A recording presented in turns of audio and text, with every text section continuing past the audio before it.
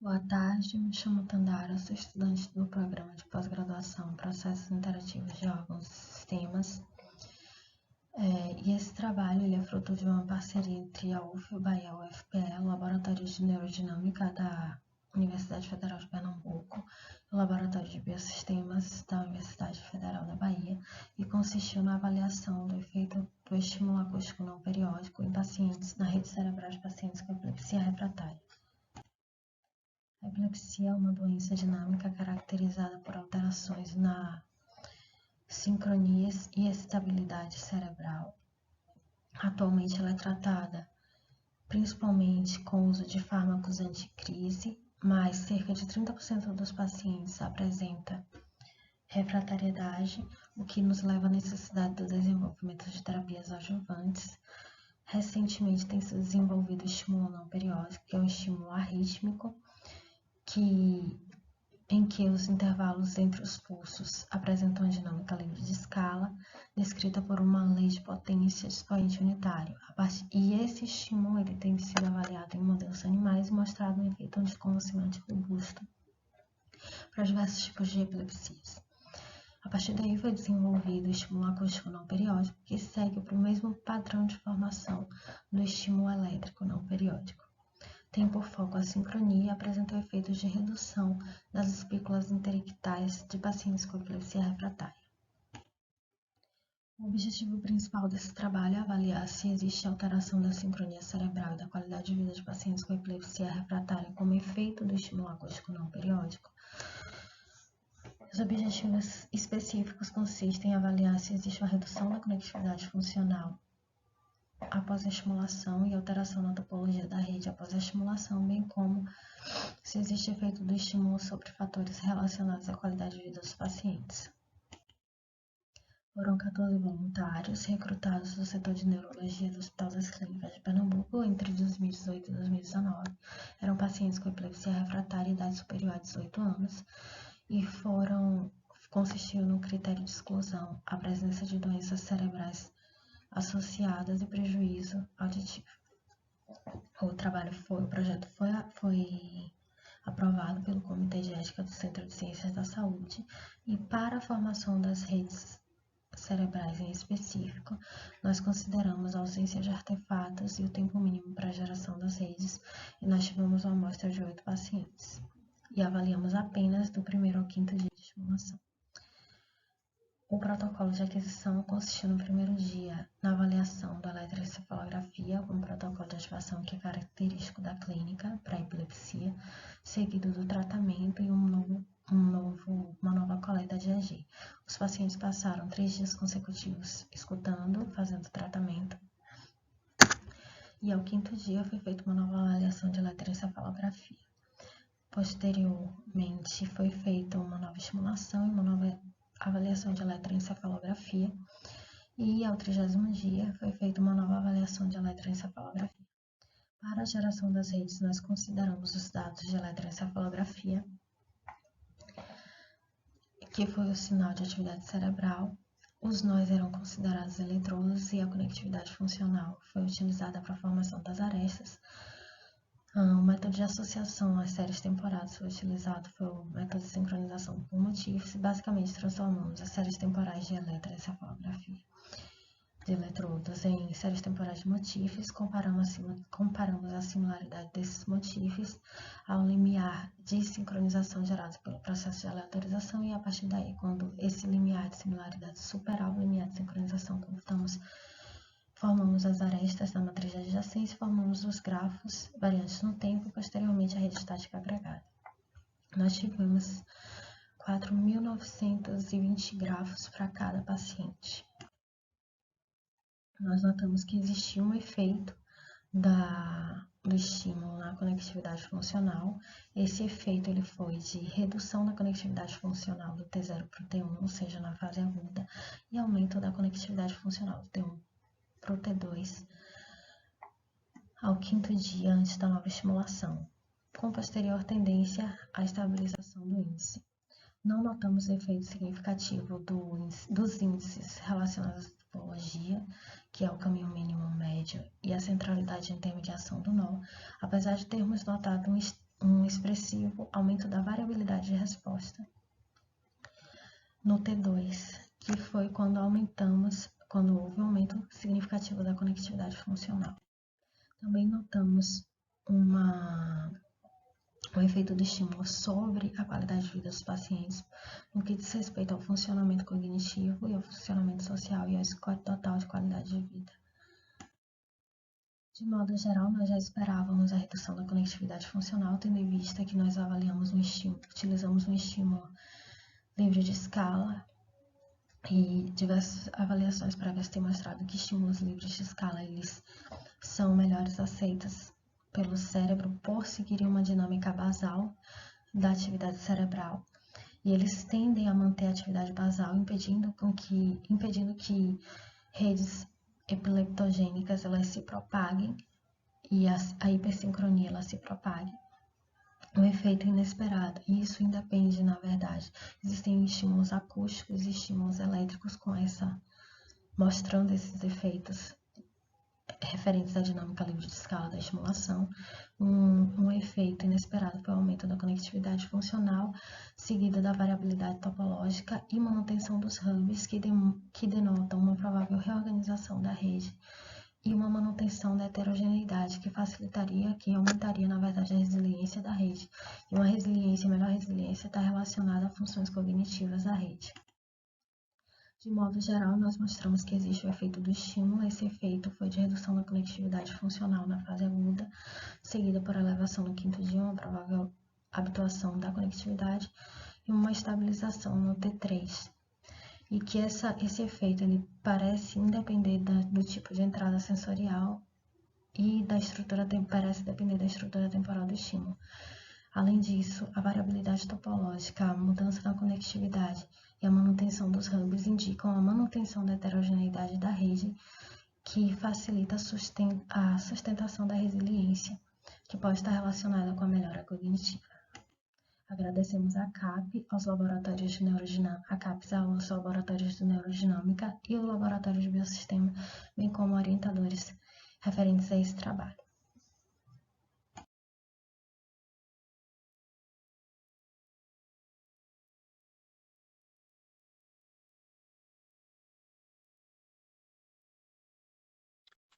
Boa tarde, pessoal.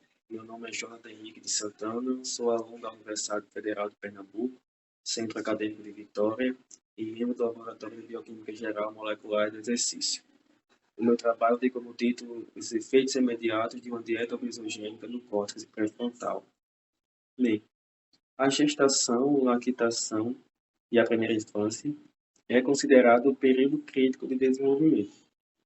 E estudos já têm mostrado, que insultos nutricionais, como uma dieta rica em gordura durante esse período de desenvolvimento, está relacionado a mudanças permanentes, no equilíbrio fisiológico da prole na idade adulta.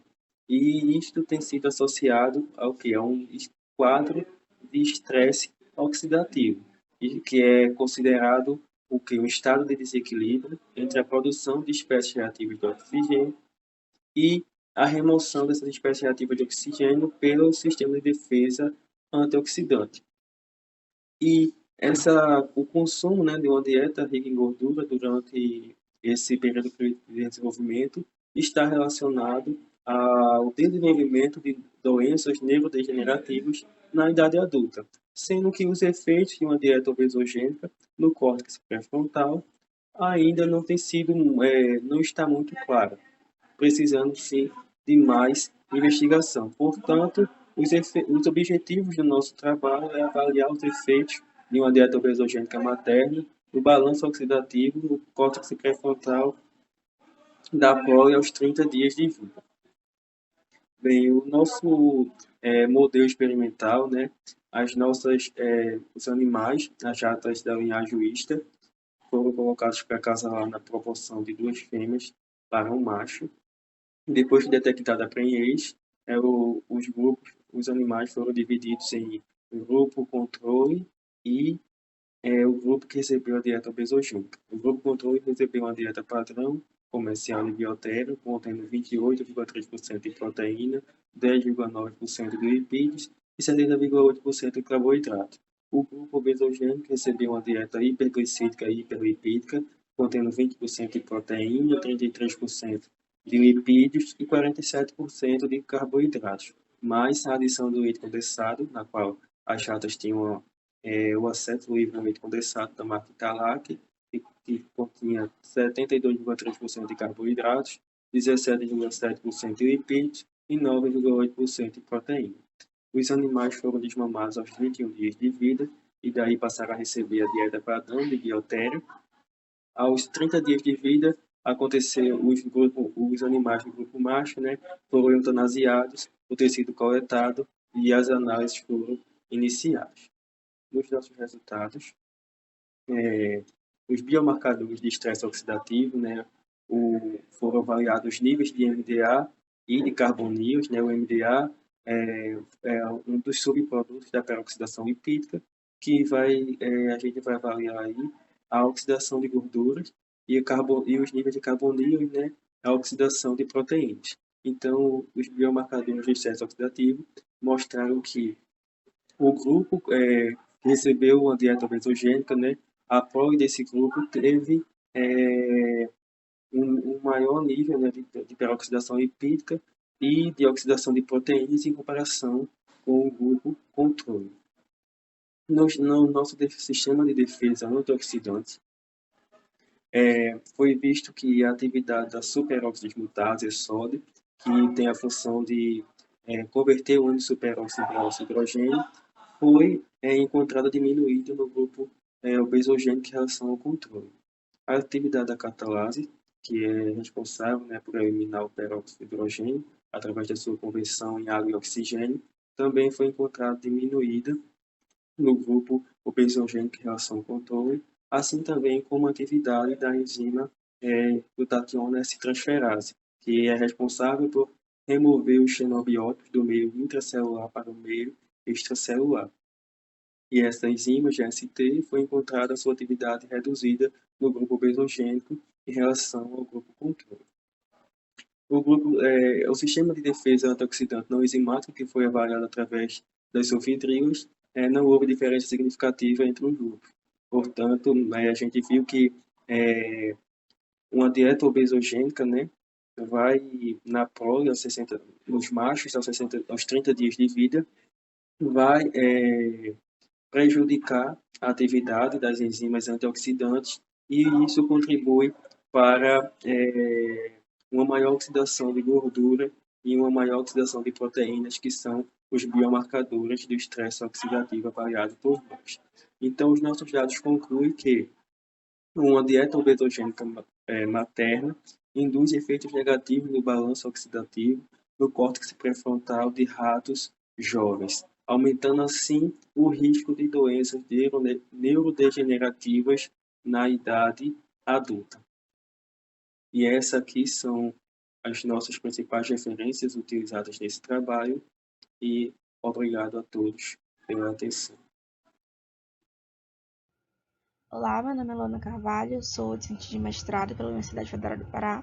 Irei apresentar o meu resumo intitulado Expressão e Atividade do Transportador de Glutamato XCG em Cultura Primária de Células Gliais da cóclea. Bom, a partir do estabelecimento do conceito de sinapse tripartite, muitos avanços foram feitos acerca do papel das células gliais na regulação de neurotransmissores por meio de sistemas de transporte, os quais são essenciais para a manutenção da homeostase do sistema nervoso. No entanto, apesar de existir uma extensa literatura que aborda as funções e implicações do sistema de transporte expressos em células gliais do sistema nervoso central, são escassas informações mais detalhadas sobre esses mecanismos de transporte em células gliais periféricas. No sistema auditivo periférico, por exemplo, mesmo sendo formado por células gliais ao longo de toda a via auditiva, pouco se sabe sobre o papel dessas células para além dessa função mielinizante. Na via auditiva periférica é bem descrito que a ativação excessiva de receptores de glutamato pode levar a um processo de excitotoxicidade desbalanço oxidativo e morte celular estão intimamente associados a perdas auditivas, de modo que a contribuição das células gliais na regulação de concentrações extracelulares de glutamato, por meio do sistema de transporte, poderia ser essencial para limitar os danos excitotóxicos mediados pelo glutamato. No entanto, a expressão e atividade de transportadores de glutamato ainda não foi descrita nesse tipo celular. Os principais sistemas de transporte de glutamato descritos no sistema nervoso central são classificados em independentes de sódio, representados pelo sistema XAG, e independentes de sódio, representados pelo sistema XCG. No presente trabalho, investigamos a possível participação do sistema de transporte de glutamato independente de sódio na cóclea. O transportador XCG, assim como demonstrado na imagem, realiza o transporte de glutamato cistina de acordo com o gradiente, sendo essencial para a regulação dos níveis extracelulares de glutamato e também para a manutenção do estado redox, uma vez que a cistina é precursora da glutationa, um importante antioxidante endógeno no cérebro. Nesse sentido, considerando a alta susceptibilidade da cóclea a danos excitotóxicos mediados por glutamato e ao estresse oxidativo, nós levantamos a hipótese de que as células gliais da cóclea podem ter uma maquinaria de transporte de glutamato, possivelmente mediada pelo transportador XCG. Reforçando essa hipótese, trabalhos recentes mostraram que em explantes cocleares expostos a estresse oxidativo, há uma hiperregulação da expressão da subunidade XCT, que medeia a atividade antiportadora do sistema XCG. Em conjunto, esses dados apontam para uma possível participação do sistema XCG na cóclea. No entanto, esses trabalhos ainda não descrevem a localização e a funcionalidade desse transportador a nível celular. Portanto, no presente trabalho, nós buscamos avaliar a contribuição das células gliais cocleares para o transporte de glutamato no sistema auditivo periférico através da caracterização da expressão e atividade do sistema de transporte de glutamato. Para isso, culturas primárias de células gliais da cóclea de camundongos da linhagem MALBC foram realizadas de acordo com o Comitê de Ética Local. Uma vez que as células atingiram confluência, elas foram então submetidas ao ensaio de liberação de glutamato e ao ensaio de captação de glutamato, conforme descrito por Moraes 2012. As amostras então foram processadas e a quantificação de glutamato em cada amostra foi realizada por meio de cromatografia líquida de alta eficácia. Em seguida, para avaliação da expressão do transportador XCG, realizamos o ensaio de imunofluorescência a partir da incubação das células com o anticorpo primário anti-XCG e o marcador de núcleo DAP. A análise estatística foi feita com o software GraphPad Prism versão 9.0 e os resultados foram considerados significativos quando P menor que 0.05. Em nossos primeiros resultados estão as fotomicrografias representativas de culturas primárias de células gliais da cóclea com 5 dias in vitro em A e com 7 dias in vitro em B, demonstrando a morfologia representativa característica de células gliais. Considerando que a principal característica do sistema de transporte de glutamato é a dependência ou não de sódio, buscamos verificar a responsividade dessas células em ambas as condições, fazendo a substituição do acumulado cloreto de sódio por cloreto de lítio quando necessário. Em nossos resultados, observamos que houve uma captação de glutamato de cerca de 70% no grupo cloreto de lítio, sugerindo a atividade de um mecanismo de transporte de glutamato independente de sódio, possivelmente representado pelo transportador XCG. Nesse sentido, buscamos investigar se o efeito que observamos era mediado de fato pelo transportador XCG, visto que este é considerado o principal representante dessa família de transportadores. Nesse sentido, considerando a característica do antiporte do transportador, alteramos o gradiente de concentração a partir da incubação com cisteína, que é o reconhecido substrato do transportador XCG, e também com o ácido aminodípico, um inibidor seletivo para o transportador XCG, ambos em meio sem sódio para avaliar a atividade isolada desse transportador. Em nossos resultados, observamos que a exposição das células à cisteína induziu um deslocamento da captação de glutamato em cerca de 65%, enquanto levou a um aumento da liberação de glutamato de cerca de 250%, demonstrando que a cisteína altera o transporte de glutamato por meio de um mecanismo independente de sódio e reforçando também a hipótese da participação do transportador XCG. Por sua vez, a inibição do transportador XCG com aminodípico, tanto isoladamente quanto combinado com cisteína, reduziu de forma semelhante a captação de glutamato em relação ao controle. Uma vez que essa coexposição não gerou um efeito aditivo na redução da captação de glutamato, esses resultados sugeriram que o efeito da cisteína aminodípico nas células gliais da cóclea estão estritamente relacionados à atividade do transportador XCG. Para validar a participação do transportador XCG nas células da glia da cóclea, verificamos então a presença desse transportador por imunofluorescência. Em A, nós temos a marcação do núcleo das células com DAP em azul, em B, a marcação para o transportador XCG em verde, e em C, as imagens mescladas, onde se observa uma comarcação, demonstrando pela primeira vez que as células gliais da cóclea expressam o transportador de glutamato XCG. Nossos resultados mostraram que as células gliais da cóclea apresentam um mecanismo de transporte de glutamato independente de sódio expressivo, que é mediado pelo transportador XCG, o qual demonstramos estar expresso pela primeira vez nesse tipo celular. E esses dados ressaltam um possível papel promissor desse transportador em relação à fisiologia desse transportador no sistema auditivo.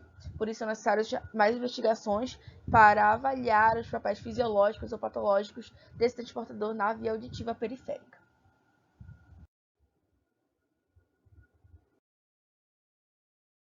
Boa tarde a todos, me chamo Renato Lima, sou aluno de mestrado do Programa de Neurociências e Biologia Celular da Universidade Federal do Pará e hoje irei apresentar o meu trabalho desenvolvido no Laboratório de Neurofarmacologia Experimental sob orientação da professora doutora Karen Oliveira, intitulado Early Neurochemical Alterations in the Brain of Mice Infected with Plasmodium Berg.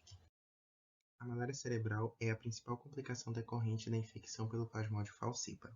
Ela é caracterizada pela ocorrência de desordens neurológicas como ataxia, convulsões, déficit de linguagem e alterações neurocomportamentais que permanecem como sequelas da doença mesmo após o tratamento da infecção. Os mecanismos patogênicos associados com o aparecimento desses sinais, o sequestro de células infectadas, de hemácias infectadas, para a periferia dos vasos que irrigam o cérebro, e a quebra da barreira hematocefálica e a consequente exposição do parênquima cerebral ao conteúdo vascular. Algumas regiões do sistema nervoso central, por serem mais vascularizadas, parecem estar mais suscetíveis a esses eventos, como é o caso do cerebelo. Entretanto, poucos trabalhos buscam elucidar e pontuar esses diferentes impactos da infecção nessas distintas regiões. Uma vez que há a exposição do parênquima, nós quisemos investigar se há também um prejuízo na comunicação entre as células que o compõem, como neurônios e células da glia. Como essa comunicação é feita principalmente pela atividade de neurotransmissores, nós quisemos entender se há uma alteração nos sistemas de neurotransmissão mais abundantes, a nível de sistema nervoso central, que é o sistema glutamatérgico e GABAérgico, respectivamente um sistema ligado com a excitação e com a inibição. A atividade em equilíbrio desses dois sistemas de neurotransmissão precisa ocorrer em homeostase, e quando não há essa homeostase, ocorre o aparecimento de diversas desordens neurológicas presentes na malária cerebral, o que nos motivou a investigar se desequilíbrios entre esses neurotransmissores pudesse ser o cerne do aparecimento de sintomas clínicos da doença. Em vista das informações passadas, o objetivo desse trabalho foi avaliar alterações nos níveis de GABA e glutamato no terceiro, quinto e sétimo dia após infecção no cérebro e no cerebelo de animais infectados com a cepa ANCA de Plasmodium Berg. Para atingir esses objetivos, os camundongos da linhagem albino-suíço foram divididos em dois grupos, um grupo controle e um grupo infectado com a cepa PBA. A infecção foi feita a partir da injeção intraperitoneal de uma suspensão de hexacesta de eritrócitos parasitados, diluídos em PBS. Uma vez a infecção realizada, a caracterização da doença foi feita a partir da observação da curva de sobrevivência desses animais e da porcentagem de parasitemia deles. No terceiro, no quinto e no sétimo dia após a infecção, foi realizado o protocolo do Rapid Marine Behavior Scale para analisar as alterações cognitivas decorrentes da infecção. Após isso, o cérebro e cerebelo desses animais foi retirado para a quantificação de GABA e glutamato, dispostos em placas de 96 postos e mergulhados com solução Henck. Após 20 minutos, essa solução Henck foi retirada para posterior injeção no cromatógrafo líquido de alta eficácia, que será responsável pela quantificação dos neurotransmissores. Como primeiros resultados, temos os gráficos referentes à caracterização da malária cerebral experimental. O primeiro gráfico à esquerda mostra a curva de sobrevivência do grupo infectado, representado pela linha vermelha, que passou a evoluir a óbito a partir do sétimo dia após infecção, o que é esperado, tendo em vista a caracterização do modelo. À direita, o gráfico da parasitemia mostra que nos 3 dias de análise, os animais infectados estiveram com menos de 25% de parasitemia, o que é considerado uma baixa parasitemia que não é relacionado com uma anemia severa. Resultados referentes ao RMCBS mostram que os animais infectados apresentaram prejuízos em todos os domínios analisados por esse teste comportamental. O primeiro gráfico do domínio da coordenação mostra que desde o terceiro dia após infecção até o sétimo, os animais infectados tiveram comprometimento, na coordenação. No gráfico da performance motora, somente os animais do sétimo dia após infecção apresentaram esse comprometimento. No gráfico de força e tônus muscular, reflexo de autopreservação e comportamento tipo higiene, os animais infectados apresentaram uma alteração progressiva nesses domínios em comparação ao grupo controle, mostrando que os animais infectados estavam desenvolvendo os sinais clínicos característicos da doença.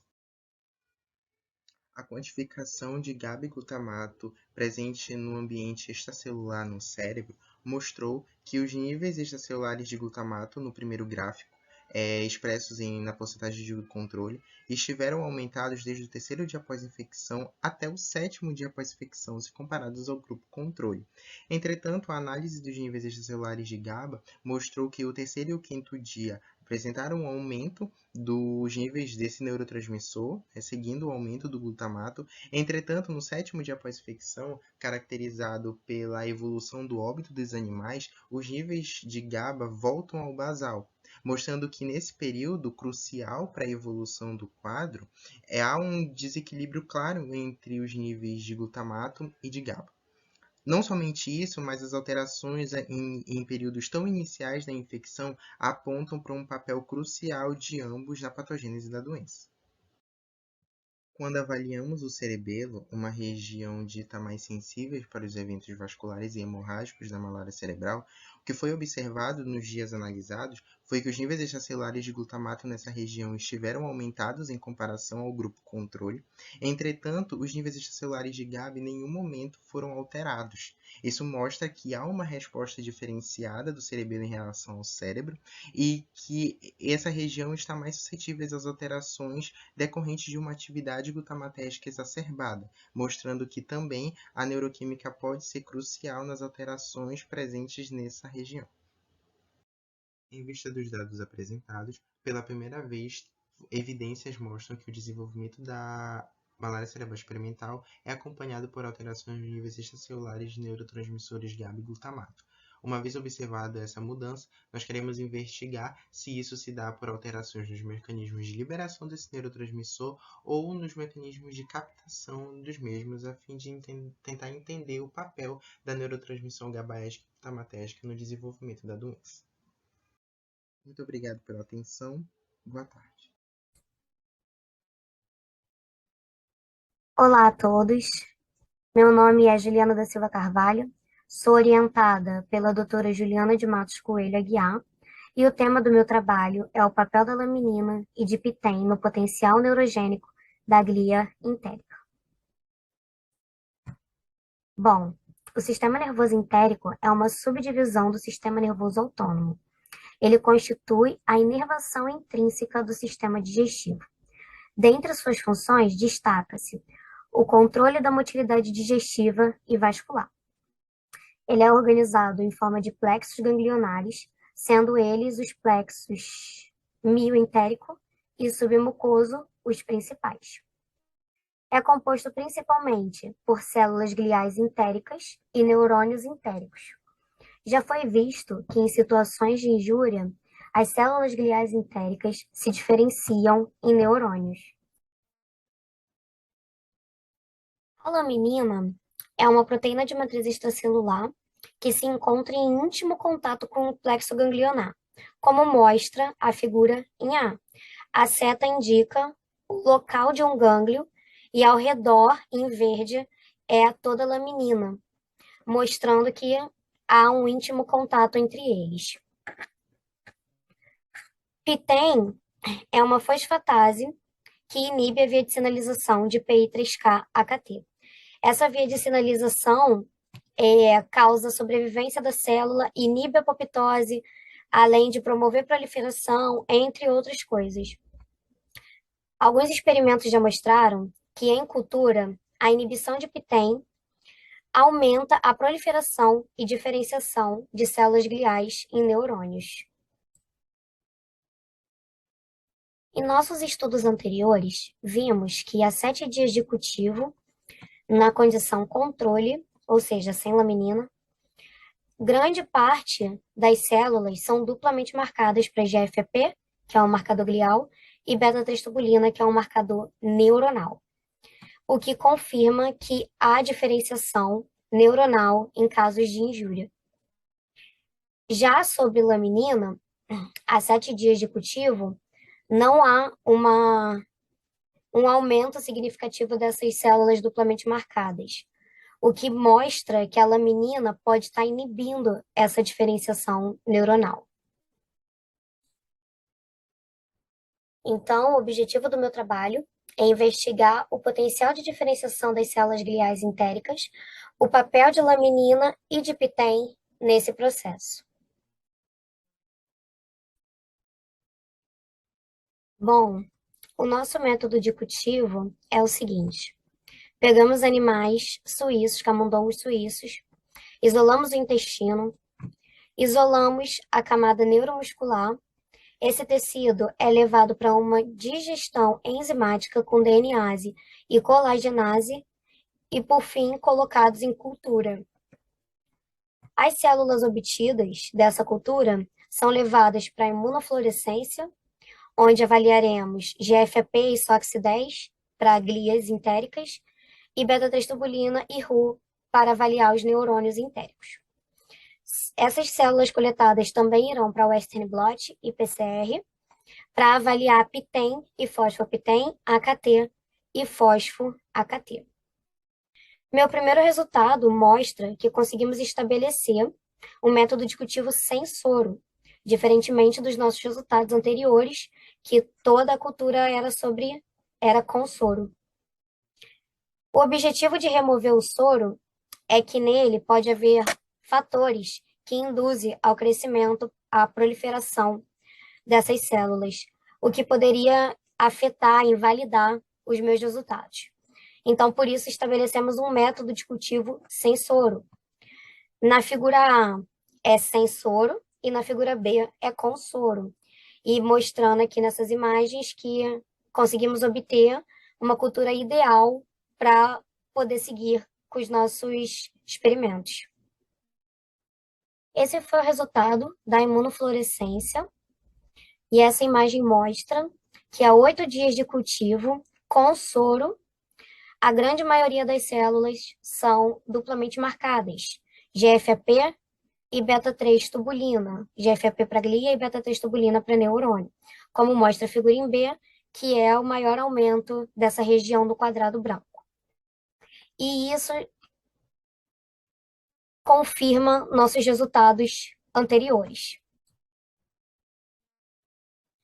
Esse segundo resultado de imunofluorescência é de uma cultura sem soro e mostra que, apesar da cultura ser sem soro, as células ainda apresentam diferenciação.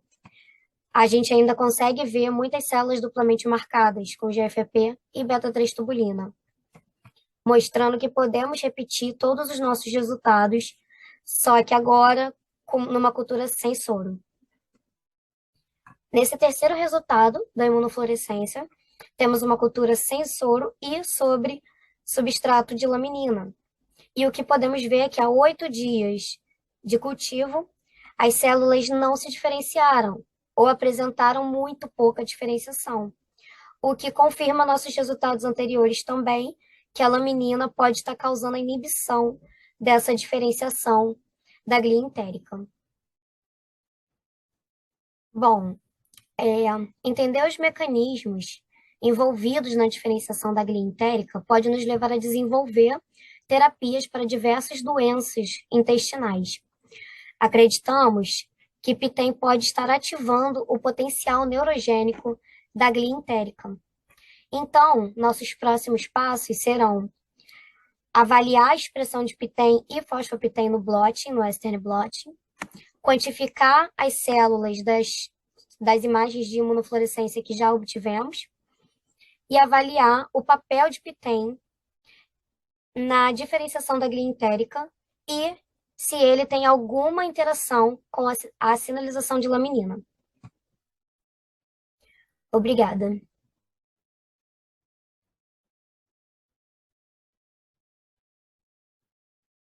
Olá, me chamo Vanessa, sou do Laboratório de Neurofarmacologia Experimental da Universidade Federal do Pará e meu trabalho é intitulado Avaliação do efeito do bloqueio de receptores glutamatérgicos do tipo AMPA e cainato em modelo murino de malária cerebral. Bom, a malária cerebral é uma complicação grave da infecção por malária, que é uma doença causada por protozoários do gênero Plasmodium, principalmente pelo Plasmodium falciparum. Então, esses plasmódios, eles são transmitidos, por mosquitos fêmea do gênero Anopheles. E quando essa infecção ela atinge o sistema nervoso, atinge aqui a microvasculatura cerebral, ela pode desencadear várias alterações que estão associadas ao quadro de malária cerebral. Então, a malária cerebral ela acontece devido a diversos fatores, que envolve um processo inflamatório exacerbado, por conta da presença de eritrócitos parasitados, como vemos aqui na imagem. Então, isso vai levar à liberação de quimiocinas e moléculas de adesão que acabam fazendo com que esses eritrócitos fiquem aderidos ali ao epitélio vascular, assim como as células de defesa. Além de também outros processos que ainda não estão muito bem esclarecidos e que por vezes resultam na obstrução da microvasculatura, causando a isquemia. Então, isso vai levar a uma diminuição do aporte sanguíneo para o tecido cerebral, que também pode causar alterações metabólicas e funcionais e quebra da barreira hematoencefálica. Bom, vários estudos disponíveis na literatura apontam que a isquemia é uma das principais causas de alterações metabólicas. Entre essas alterações está a exacerbação dos níveis de glutamato, isso constatado tanto clinicamente quanto experimentalmente no quadro de malária cerebral. Tá? Outros mostram que existem receptores do tipo AMPA e cainato presentes na microvasculatura cerebral.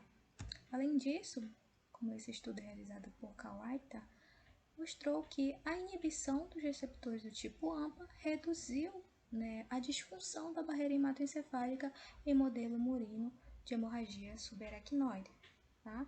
Então, com base nisso, esse trabalho buscou avaliar o efeito do bloqueio dos receptores do tipo AMPA e cainato na evolução da malária cerebral experimental induzido pela infecção com a cepa ANCA de Plasmodium bergeri em camundongos da linhagem C57BL6, utilizando o antagonista, que é o DNQX. Então, para esse estudo, foram utilizados animais da linhagem C57BL6, utilizando os machos e fêmeas, pesando de 20 a 25 gramas com a idade de 6 a 8 semanas pós-natal. Tá? A indução do quadro de malária cerebral é feita através da inoculação dessa quantidade, 10 a 6 de células parasitadas, nos grupos experimentais.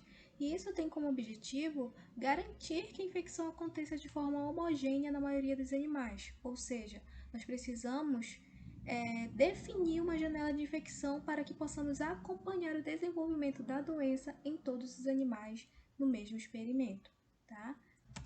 Então, os animais foram divididos em 4 grupos, sendo 6 em cada grupo controle e 10 em cada grupo infectado.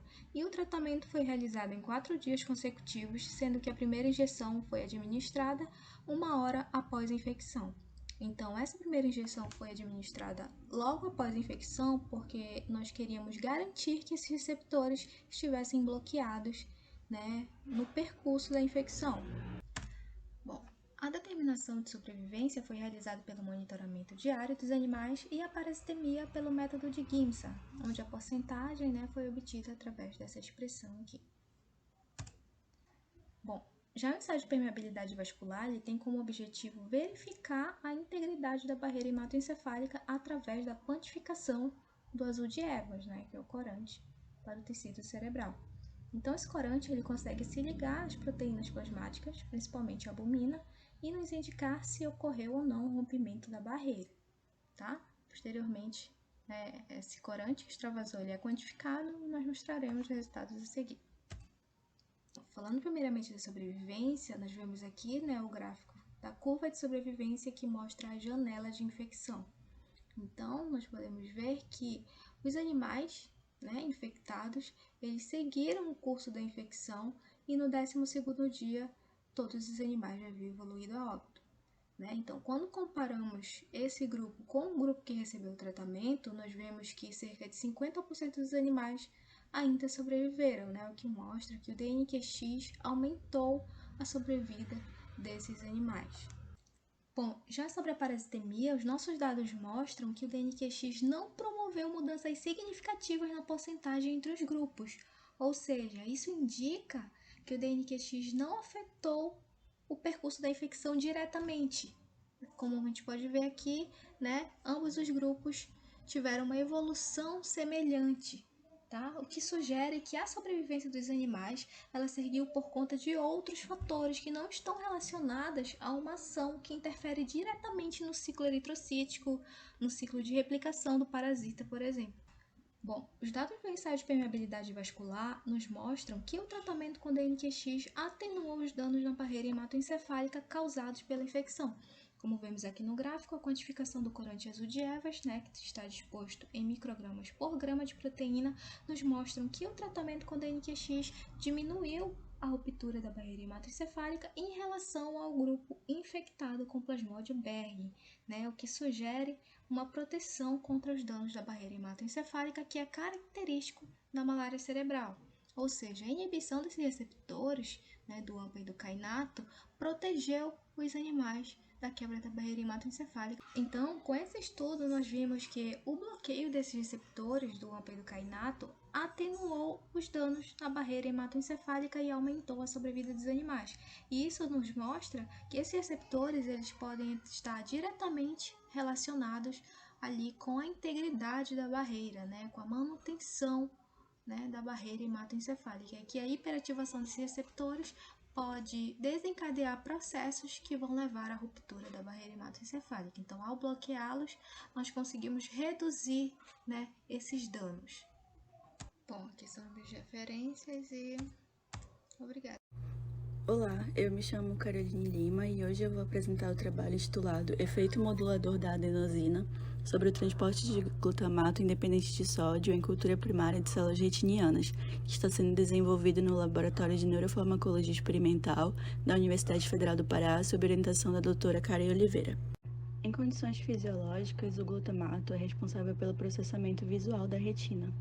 E, em contraste ao observado em outros tecidos do sistema nervoso central, cerca de 50% da liberação desse neurotransmissor ocorre independente de sódio na retina, conforme foi caracterizado pelo nosso grupo. No tecido retiniano, outra molécula importante é a adenosina, que pode atuar como sinalizadora e até mesmo modular a neurotransmissão glutamatérgica. Diante disso, o objetivo principal do presente trabalho é avaliar o papel da adenosina na atividade e na expressão do sistema XCG em culturas primárias de retina. Para isso, nós fazemos culturas primárias mistas de células da retina, obtidas de embriões de galinha E7-A8. As células foram cultivadas durante 7 dias in vitro, com troca de meio realizada a cada 2 dias. Para avaliar o transporte de glutamato, as células foram incubadas com o bloqueador do receptor de adenosina e diferentes concentrações de adenosina, com posterior avaliação do transporte de glutamato por Clay, sendo todos os experimentos realizados com a substituição equimolar do sódio pelo lítio. Além disso, foi realizada a imunofluorescência para o XCT para detectar a sua presença em nosso modelo e, posteriormente aos experimentos, foi realizada a análise estatística com um P menor do que 0,05. Nos nossos resultados, podemos observar que quando as células são pré-incubadas com adenosina, a liberação de glutamato aumenta, enquanto a sua captação é completamente bloqueada. Atualmente, na literatura, é possível constatar que a adenosina pode atuar diretamente sobre o transporte de glutamato em meio com sódio, fenômeno que, segundo os nossos resultados, se estende ao meio sem sódio. Nesse sentido, buscando caracterizar o receptor responsável pelos efeitos observados, as células foram pré-incubadas com o bloqueador do receptor A2A de adenosina, que está classicamente relacionado na literatura com efeitos estimulatórios. Assim, observamos que a utilização desse bloqueador promoveu um retorno do transporte de glutamato aos níveis do controle, evidenciando que a ativação do receptor A2A foi responsável pelos resultados obtidos. A seguir, por meio de imunofluorescência, nós detectamos a presença do transportador XCG no nosso modelo, sendo este atualmente o único transportador de glutamato independente de sódio caracterizado.